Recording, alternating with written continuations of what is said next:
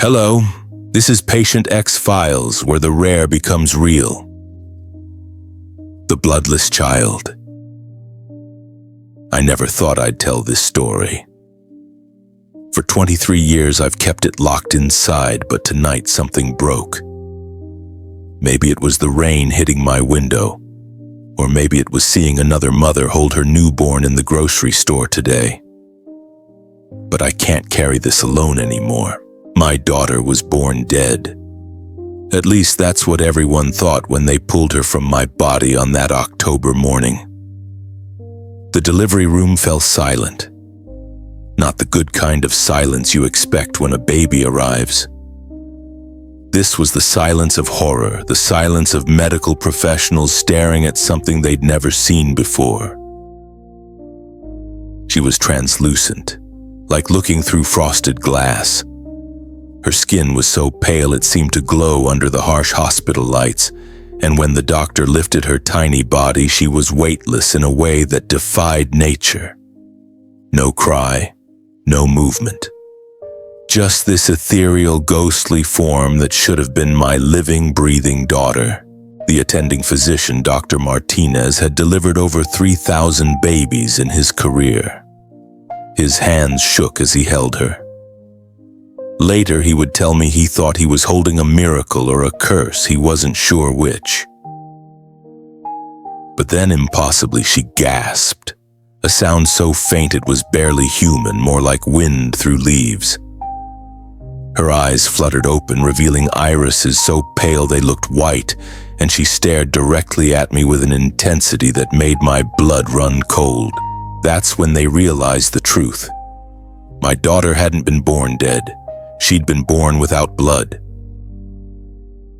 Well, not completely without blood, but with so little that medical science couldn't explain how she was alive. Her hemoglobin levels were undetectable.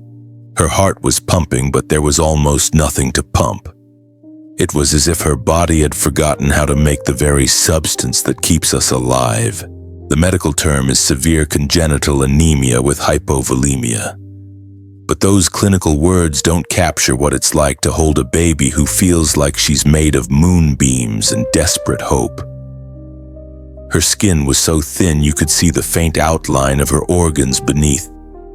When she cried, which wasn't often, no color came to her cheeks. She remained this haunting shade of pearl white. The first 48 hours were a nightmare of needles and machines. They pumped her full of donated blood, watching her skin slowly pink up like watching a black and white photograph develop into color. But her body rejected it. Not in the typical immune response way, but as if her bone marrow had simply forgotten its purpose. Dr. Sarah Chen, the pediatric hematologist who took over her case, later admitted that she'd never encountered anything like it.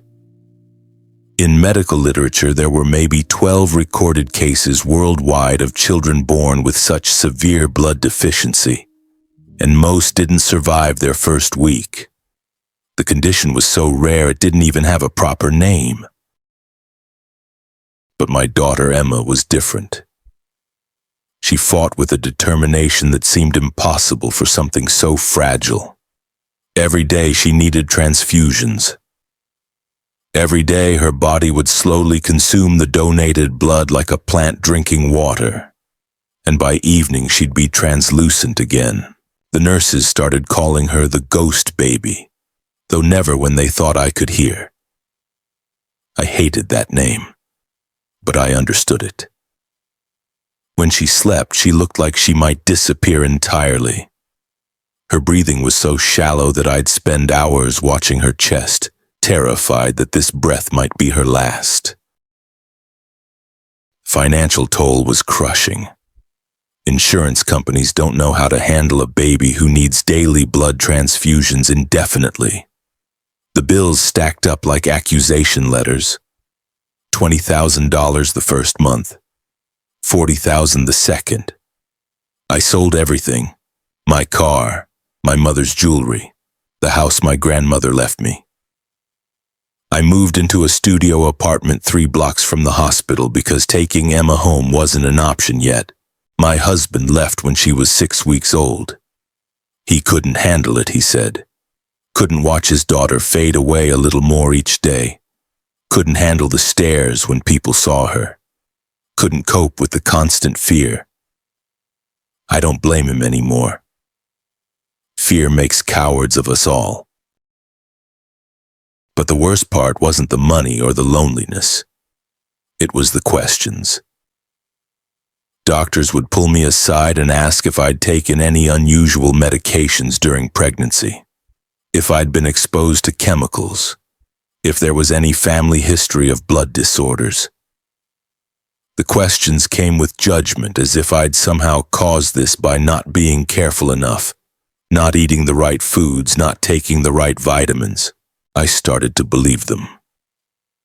At 3 a.m, sitting beside Emma's incubator, I'd replay every moment of my pregnancy, searching for the mistake I must have made, the glass of wine I'd had before I knew I was pregnant, the time I'd cleaned the bathroom with bleach, the stress from my job. I was drowning in guilt for something that wasn't anyone's fault. Then came the specialists, geneticists who spoke in percentages and possibilities. They ran test after test, drawing what little blood they could from Emma's tiny veins, searching for answers in her DNA. The results came back normal, completely, frustratingly normal. Her genes said she should be fine, but her body told a different story. One doctor suggested it might be psychological, that somehow, even in the womb, Emma had decided she didn't want to live in this world and her body was responding accordingly. The suggestion was so absurd, so cruel, that I changed hospitals immediately. The turning point came when Emma was 3 months old. I was dozing in the chair beside her crib when I heard her make a sound I'd never heard before. Not crying, but almost like humming. I opened my eyes and she was staring at her hands, moving her fingers like she was conducting an invisible orchestra. For the first time since her birth, there was color in her cheeks. Not the artificial pink from transfused blood, but a natural living flush. Dr. Chen rushed in for tests and the results were impossible. Emma's bone marrow had suddenly started producing blood cells. Not many, but enough to give her a fighting chance. Nobody could explain it. One day her body had forgotten how to make blood, and the next day it remembered. The medical team called it spontaneous recovery, but I knew better. I'd felt something shift that night, like a door opening in a house that had been empty for too long. Recovery wasn't instant or easy.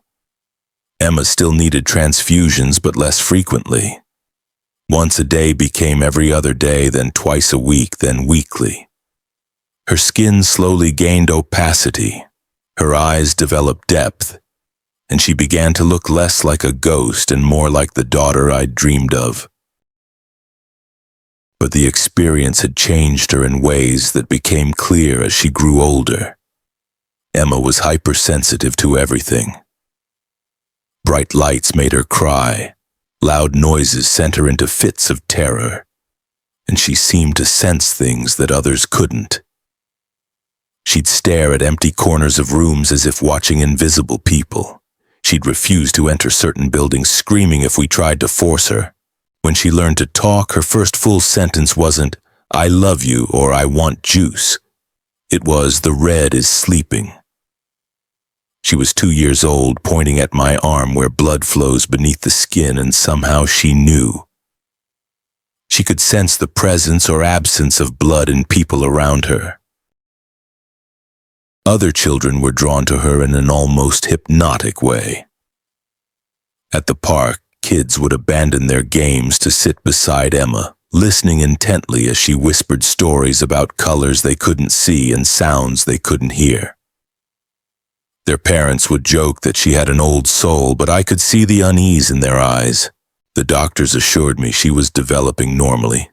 that her unusual behaviors were likely side effects of her traumatic early months. But I knew they were wrong. Emma hadn't just survived being born without blood. She'd been fundamentally changed by it. School was challenging. Emma was brilliant, reading by age 3 and solving complex puzzles that frustrated children twice her age. But she couldn't handle being around large groups of people. She'd complained that their red noise was too loud, referring to something only she could perceive. We ended up homeschooling her. By age 7, Emma rarely needed transfusions. Her blood counts were low but stable. She looked like any other child, though still pale, still ethereal in a way that made people do double takes on the street. But she'd learned to hide her sensitivity, to pretend she couldn't sense the things that frightened other people. That's when the nightmare started. Emma would wake up screaming about empty people walking through hospitals, about shadows that moved wrong, about the place where colors go to die.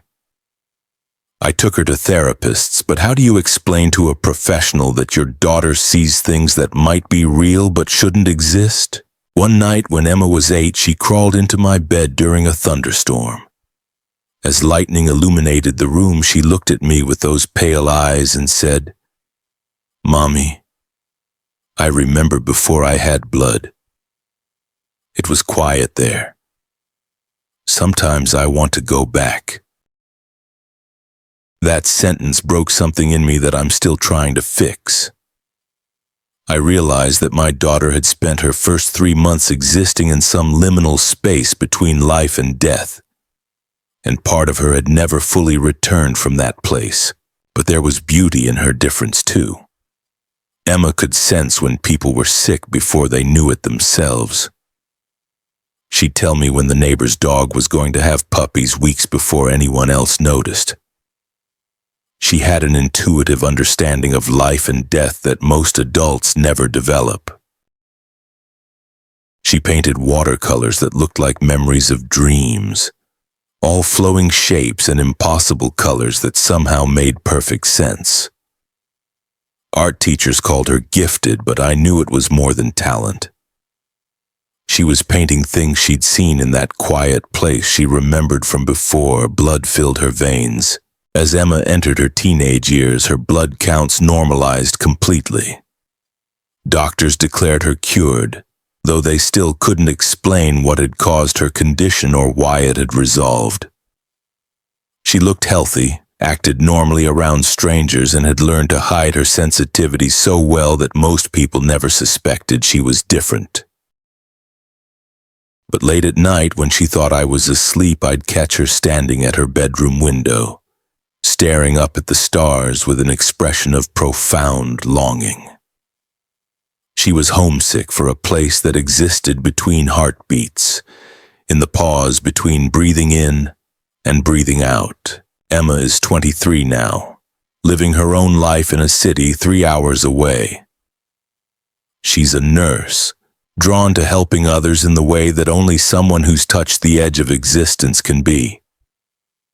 Her patients love her because she understands suffering in a way that can't be taught in school. She still calls me every Sunday, and sometimes when she thinks I'm not paying attention, she'll mention seeing things that others can't. The shadow people in hospital corridors, the colors that surround people who are about to die, the quiet music that plays in operating rooms when surgeons are saving lives. I've never told her about the night she was born, about how the doctor's hands shook, about the silence that fell over the delivery room. She doesn't remember those first 3 months of existing without enough blood to live but too much to die. Maybe that's for the best. But I remember everything. I remember holding a baby who felt like holding moonlight. I remember watching donated blood slowly bring color to translucent skin. I remember the moment her body remembered how to live, and the fear that it might forget again. Most of all, I remember realizing that the line between life and death isn't as clear as we pretend it is. My daughter lived for 3 months in the space between, and she brought something back with her.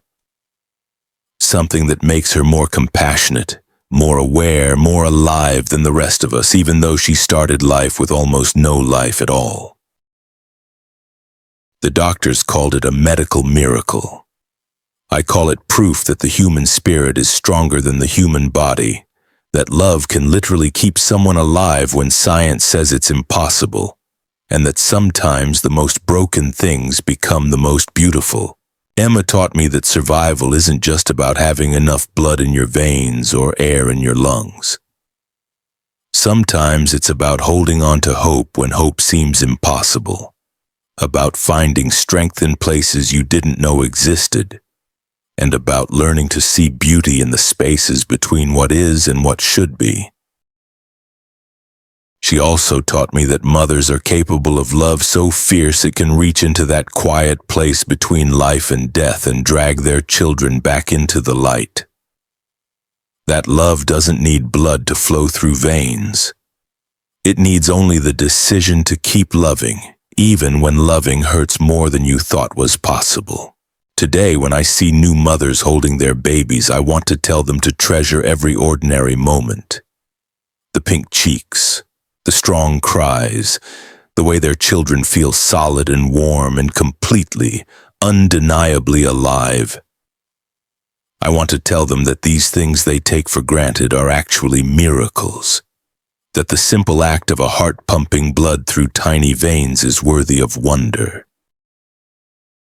But I also want them to know that even if the unthinkable happens, even if their children are born broken or different or existing in impossible ways, love finds a way to build bridges across any distance, even the distance between life and death.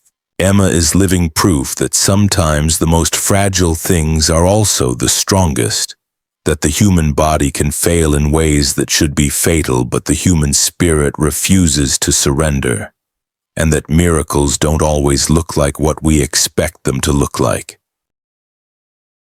She was born without enough blood to live, but she was born with enough love to make up the difference. And maybe that's the only medical explanation that really matters. If you enjoyed this video, please support the channel. Like, share, and subscribe. Please write a comment what you think about this video